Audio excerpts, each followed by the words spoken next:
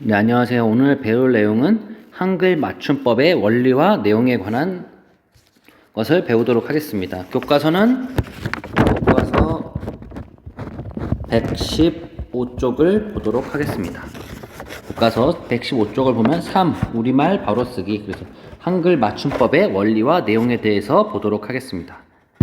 넘어가 보면 여기 좀 화면이 깨졌는데 목차를 보면 첫 번째 뇌가 맑아지는 게임이라 그래서 간단한 띄어쓰기 문제를 풀어볼 건데 이거는 나중에 직접 등교해서 수업할 때 하도록 하고요. 그 다음에 본문학습은 교과서 116쪽부터 117쪽까지 해보고 본문은 그렇게 길지 않아요. 근데 이 학습 활동이 되게 길어요. 그래서 학습 활동을 같이 해보도록 하겠습니다.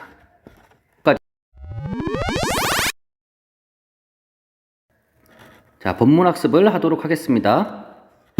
자, 넘겨보면 교과서 116페이지입니다.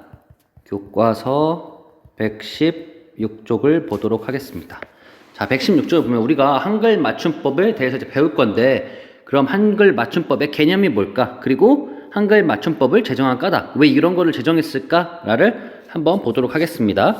교과서 116페이지고요. 교과서 없는 사람은 화면을 봐도 됩니다. 보면은 꽃이다를 적어야 할 때에는 어떤 사람은 꽃이다 라고 하고 어떤 사람은 꽃이다 라고 하고 또 어떤 사람은 꽃이다로 적는다면 무슨 일이 벌어질까? 선생님이 지금 얘기했던 말이 다 똑같잖아요. 꽃이다, 이런 플라워, 꽃이다, 그리고 어떤 사람은 꽃이다, 여기 있는 먹는, 그 다음에 또 하나는 뭐가 칼이 벽에 꽃이다 했을 때 꽃이다, 이 세 가지가 전부 다 발음이 똑같잖아요. 그럼 이거를 발음이 똑같은 경우인데, 자, 그래서 본다면 이렇게 같은 걸로 꽃이다란 말이 세 가지가 지금 발음이 같잖아요. 그죠?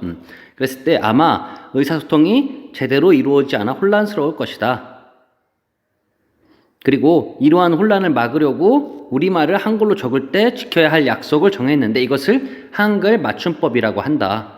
그래서 왜 한글 맞춤법을 쓰냐면 우리말을 한글로 적었을 때 지켜야 할 약속, 이것을 한글 맞춤법이라고 해요. 우리가 꽃이다 라고 적었는데 그 발음이 이 플라워일 수도 있고 그 다음에 먹는 어떠한 양꼬치라든지 꽃일 수도 있잖아요. 그죠? 이런 거를 구분하기 위해서 만든 게 이제 한글 맞춤법이고, 제정한 까닭은 헷갈리지 않기 위해서, 혼란을 막기 위해서 약속을 정하는 거예요. 우리 한글로 적을 때는 이렇게 적자라고 서로 간에 약속을 하는 거예요. 그 약속이 여기 나와 있는 한글 맞춤법을 제정한 까닭이 되겠습니다.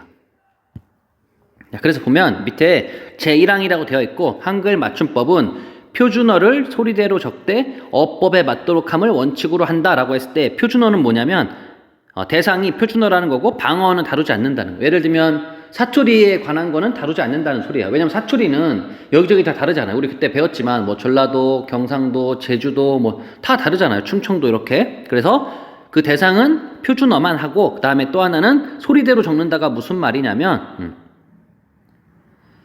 소리대로 적는다는 말은 표음주의라고 해요. 소리대로 적는 거. 하늘, 얘 한번 소리대로 적어볼까요? 똑같이 하늘 이렇게 되잖아요. 그죠? 그 다음에 오리 한번 표기대로 적어볼까요? 소리대로 적으면 오리. 날다도 해볼까요? 날다 했을 때 날다. 전부 다 이 표기하고 소리하고 같아요. 그래서 얘는 소리대로 적은 얘. 그에 반해서 어법에 맞도록 적게 하면 뭐냐면 표의주의라고 해요. 얘 한번 발음해 볼까요? 얘 어떻게 발음해요? 얘를 발음해 보면 익다 이렇게 되잖아요. 그죠? 표기는 이렇게 돼 있는데 발음은 이렇게 다르단 말이에요. 그 다음에 얘를 한번 발음해 볼까요? 얘는 일거가 되잖아요. 그죠? 일거. 그 다음에 이렇게 된 친구는 얘는 읽을 때 일꼬라고 이렇게 발음이 다 다르단 말이에요. 그죠? 근데 이렇게 안 적고 이렇게 적어주는 거예요. 그래서 이거를 표의주라고 해요. 그래서 이거를 어법에 맞도록 적게 함을 표의주의라고 이야기합니다. 그래서 제1항을 다시 꼼꼼히 살펴보면 한글 맞춤법은 그 대상이 표준어고, 그 다음에 소리대로 적기도 하지만 또 어떨 때는 어법에 맞도록 적음을 원칙으로 한다까지 이제 제1항에 관련된 내용이 되겠습니다. 자, 그러면 표음주의에 대해서 조금만 더 볼게요. 표음주의는 뭐냐면 표준어를 발음 형태 그대로 적는 것을 뜻한다. 그래서 쓰기에는 편하지만 뜻을 해독하기가 어렵다는 장점과 단점이 있습니다. 그래서 보면은 얘가 뭐 있냐면 물. 얘도 발음이 물 이렇게 되잖아요. 그죠?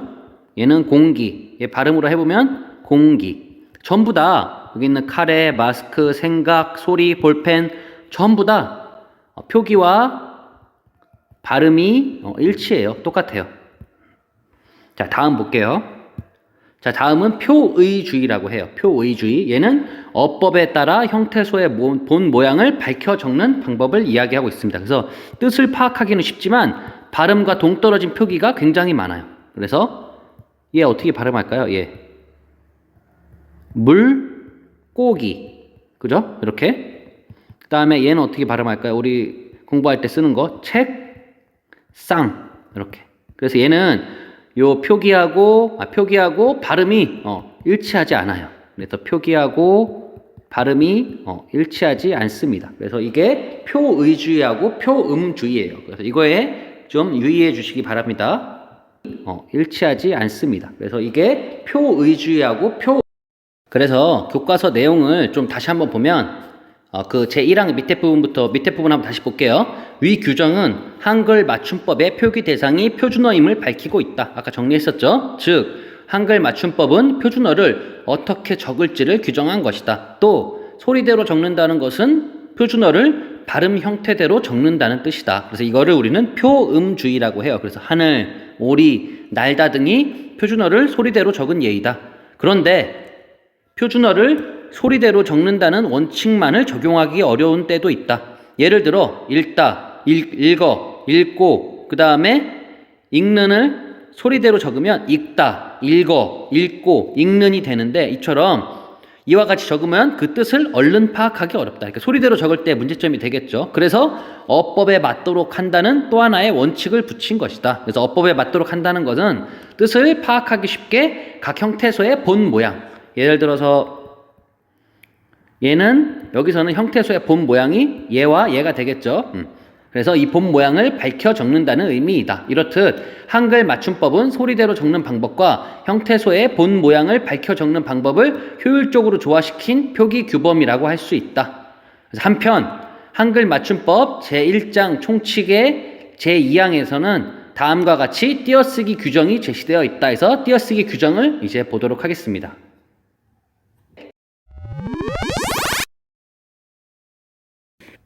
자, 띄어쓰기 규정을 보면 제2항 문장의 각 단어는 띄어쓰기를 원칙으로 한다.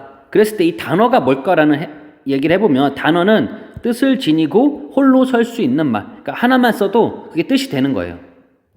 그랬을 때 문장을 이루는 기본적인 요소이고 또 하나는 보통 하나 이상의 형태소로 이루어진다. 그 다음에 조사는 홀로 설 수 없으나 앞의 말과 쉽게 분리되므로 단어로 인정한다. 우리가 밥을 먹었다 할 때 밥을 해서 얘는 우리가 단어라고 하는데 얘는 홀로 쓰일 수가 없는데 라고 하면서 얘는 단어가 아닌 것으로 판단할 수가 있어요. 근데 하지만 얘는 뭐라 되어 있냐면 홀로 설 수 없으나 앞의 말과 쉽게 분리가 되기 때문에 얘도 단어로 인정을 한대요.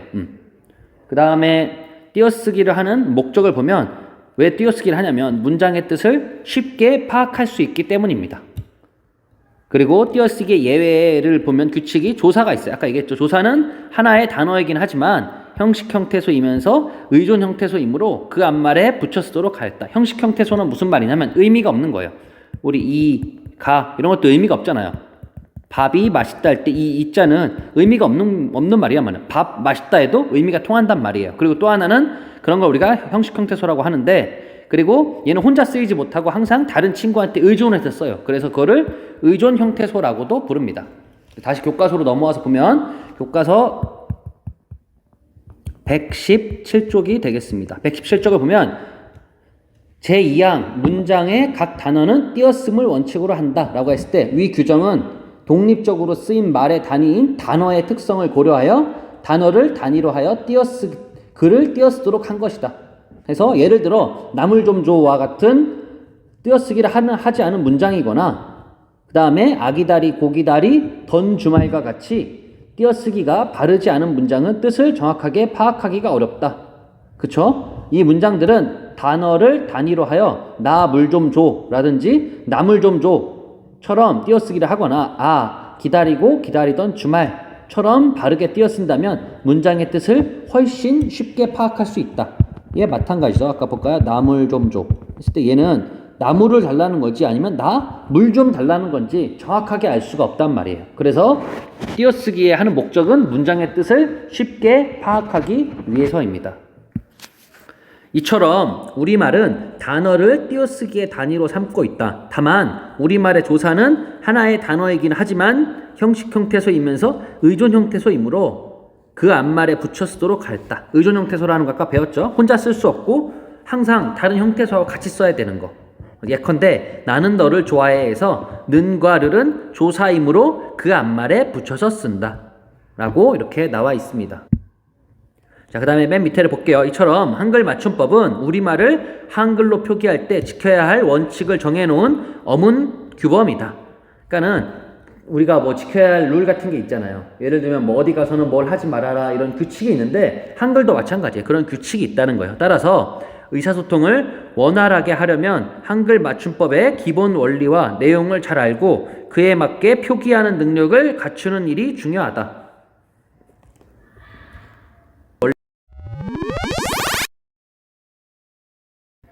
자, 그럼 이번엔 다 배웠으니까 교과서 118쪽 학습활동을 보도록 하겠습니다. 학습활동 중에서 내용과 관련된 학습이라 해서 내용학습에 대해서 보도록 하겠습니다. 1번 한글 맞춤법에 맞게 표기해야 하는 까닭이 무엇인지 말해보자. 아까 왜 표기해야 된다고 얘기했었죠? 그렇죠. 한글 맞춤법에 맞는 표기를 하지 않는다면 뭐가 제대로 안 이루어진다고 했어요? 그렇죠. 의사소통이 제대로 이루어지지 않아 혼란이 일어날 수 있기 때문이다. 자, 그러면 다음 만화를 살펴보면서 한글 맞춤법의 기본 원리를 한번 생각해 봅시다. 그리고 마지막 장면에 빈칸에 알맞은 내용을 한번 써봅시다. 그래서 보면은 한글 맞춤법에 맞게 쓰는 건 어려워라고 얘기했어요. 근데 아니야, 기본 원리만 이해하면 한결 쉬워. 그랬더니 그래? 우선 하늘 달리다처럼 단어를 소리대로 적는다고 생각해봐. 그럼 빛은 좀 다른 것 같은데? 그래서 맞아, 빛은 빛, 그리고 비치는 비치처럼 소리대로 적으면 그 뜻을 얼른 알기 어렵지. 이럴 때에는 어법에 맞도록 적어야 돼. 그랬더니 하면서 얘가 지금 이 친구가 뭘 얘기하고 있냐면 제1항에 대해서 얘기하고 있어요. 제1항에 대해서 얘기하는 거 보면 표준어를 소리대로 적되 어법에 맞도록 한다가 한글 맞춤법의 기본 원리구나 하면서 그렇지라고 하면서 잘 나와 있죠. 한글 맞춤법 제1항에 대해서 잘 나타나 있습니다. 자, 그럼 밑에 와서 3번을 볼게요. 띄어쓰기의 원칙을 다음과 같이 정리할 때 빈칸에 들어갈 말을 적어보자. 그래서 문장에 각 뭐는 띄어서 떠야 된다고 했어요, 우리가? 그죠? 단어는 띄었음을 원칙으로 하되 조사는 그 앞말에 붙여 쓴다. 라고 이렇게 정리를 해볼 수가 있습니다. 그래서 교과서 118쪽 내용을 쭉 한번 정리해 봤습니다. 자, 그 다음에는 교과서 119쪽을 보도록 하겠습니다. 119쪽은 목표학습입니다. 목표학습을 보면 1번 다음 활동을 통해 한글 맞춤법의 원리를 탐구해 보자 했을 때 다음 탐구 과정에 따라 얽히고 설키다의 올바른 표기에 대해 알아보자. 그래서 우리가 만약에 발음만 알고 정확한 단어에 대해서 모른다면 이런 방법을 쓰면은 정확히 알 수가 있겠죠. 자, 볼까요? 얽히고라는 말이 있는가? 여러분 이거 있어요, 없어요? 있죠. 그러면은 어법에 맞도록 적어야 되는구나 라는 걸 알 수가 있겠고, 그 다음에 여기 나와 있는 두 번째 설키다라는 이런 말이 있나요? 없죠. 들어본 적이 없죠. 그러면 앞에 거는 어법에 맞게 적고 뒤에 거는 소리대로 적으면 되는구나. 자, 그러면 올바른 표기는 얽히고 설키다. 이렇게 되게 신기하죠. 앞에는 어법대로 적고 뒤에는 소리대로 적는 거. 그래서 이렇게 적으면 되겠죠. 그래서 앞으로 이렇게 이런 식으로 하면은 조금 더 편하게 할 수가 있을 거예요. 자, 그 다음에 다음 자료를 살펴보고 우리말을 소리 나는 대로만 표기한다면 어떤 문제가 생길지 알아보자. 그래서 과연 우리가 소리 나는 대로 이제 표기하면 편할 텐데 왜 그렇게 안 할까라고 했을 때 여기 카톡 창을 한번 볼게요. 이 친구가 여기다가 토끼 사진을 해놨어요. 그래서 축하해 주세요. 우리 집 토끼가 나았어요. 라고 했어요. 그랬더니 많이 나았으면 저 한 마리 주세요. 라고 했더니 그게 아니라 병이 다 나은 거예요. 어때요 지금? 이렇게 소리 나는 대로만 적으니까 서로 소통이 안 되잖아요. 그죠? 이 친구가 토끼가 나았어요 라는 이 부분은 병이 낫다 할 때 이런 거고, 그 다음에 여기 나와 있는 많이 나았으면 했으니까 나타가 됐잖아요. 그죠? 나았으면 저 한 마리 주세요. 그랬더니 그게 아니라 병이 다 나은 거예요 라고 이렇게 얘기하면서, 자 그러면 어떤 문제가 생겼어요 지금? 여기다 정리해보면 말의 뜻을 파악하는데 시간이 오래 걸릴 수 있고, 그 다음에 불필요한 오해를 불러일으킬 수 있다. 그래서 결국에는 이렇게 우리말대로만 표기를 소리 나는 대로 표기만 한다면 말의 뜻을 파악하는데 시간이 너무 오래 걸리고, 그 다음에 또 하나는 불필요한 오해를 불러일으킬 수가 있습니다.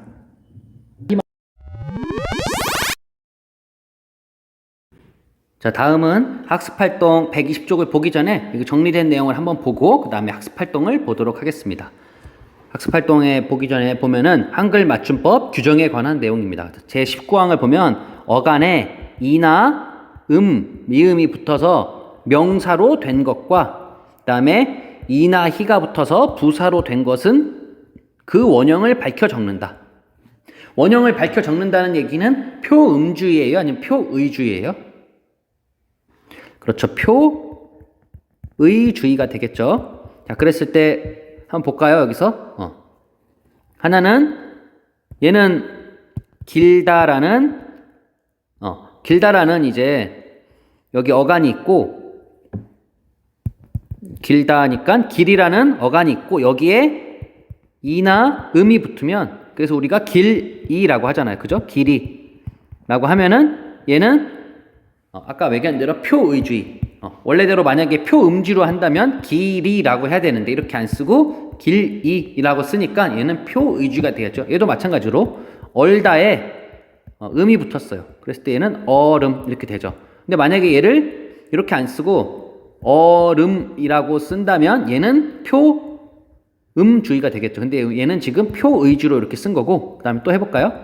많다에 만, 그 다음에 이가 붙어서 많이라고 되어 있는데 만약에 이렇게 안 한다면 많이라고 이렇게 하겠죠. 그죠? 그래서 이것도 다 표의주의고, 또 하나는 그다음 여기서 볼까요? 먼 데서 다듬이 소리가 들린다. 그래서 얘는 다듬다에서 온 거게 되겠죠. 다듬에다가 이가 붙어서 다듬이라고 우리가 쓰는 거죠. 만약 얘를 표음주의로 한다면 다듬이라고 하겠죠. 그죠? 근데 얘가 되니까 우리는 표의주의로 지금 이야기를 하고 있습니다. 자, 다음도 볼게요.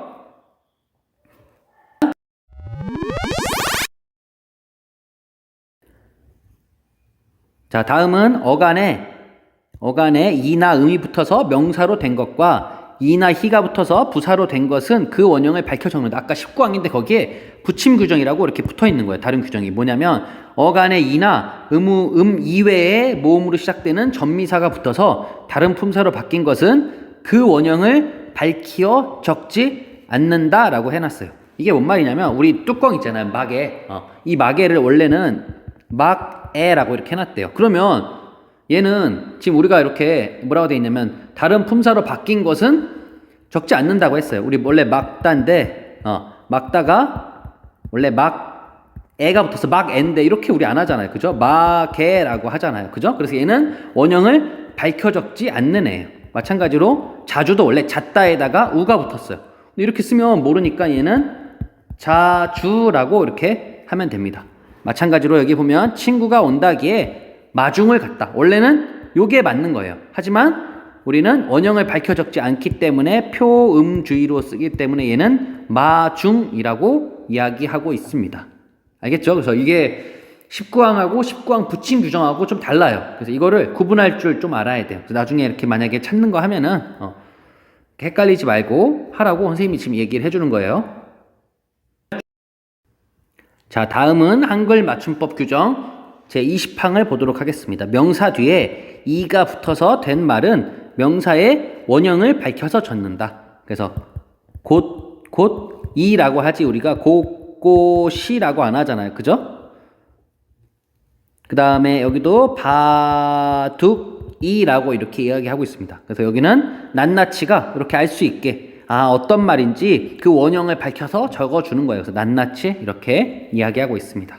자, 그 다음 부분도 볼게요. 그래서 붙임 규정을 보면 뭐뭐 이 이외에 모음으로 시작되는 전미사가 붙어서 된 말은 그 명사의 원형을 밝혀 적지 않는다라고 했으니까 아까 20항 같은 규정은 이렇게 썼어야 되는데 얘는 붙임 규정이니까 이파리라고 적고 있어요. 얘도 마찬가지로 원래는 박아지인데 이렇게 하면 모르니까 바가지에서 이 원형을 밝혀 적지 않는 예에 속하고 있습니다.